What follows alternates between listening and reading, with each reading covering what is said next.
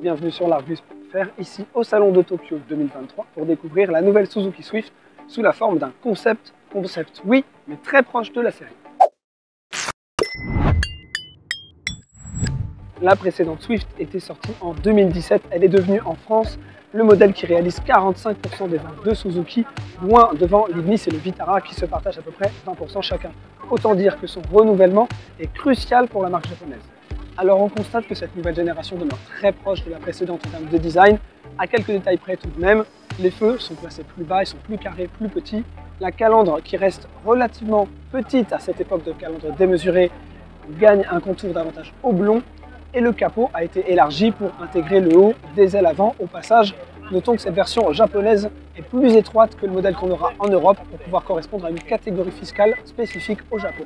À l'arrière aussi, la tendance est à un peu plus de compacité, notamment au niveau de ses feux, tout en conservant une silhouette proche de la précédente génération, et notamment se décrocher entre la surface vitrée et les ailes.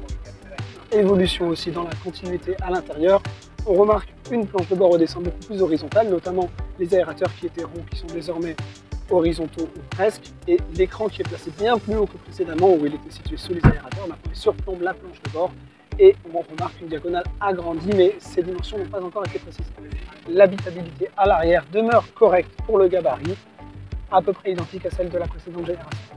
Côté motorisation, Suzuki confirme la présence d'un moteur micro-hybride sous le capot, mais ne confirme pas ses spécifications. Le modèle actuel dispose d'un moteur 1,2 litre micro-hybride de 83 chevaux.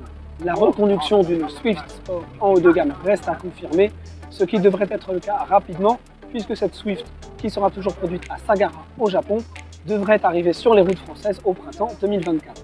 Évidemment, on se retrouve d'ici là sur l'Argus.fr, sur les réseaux sociaux et sur notre chaîne YouTube. À bientôt!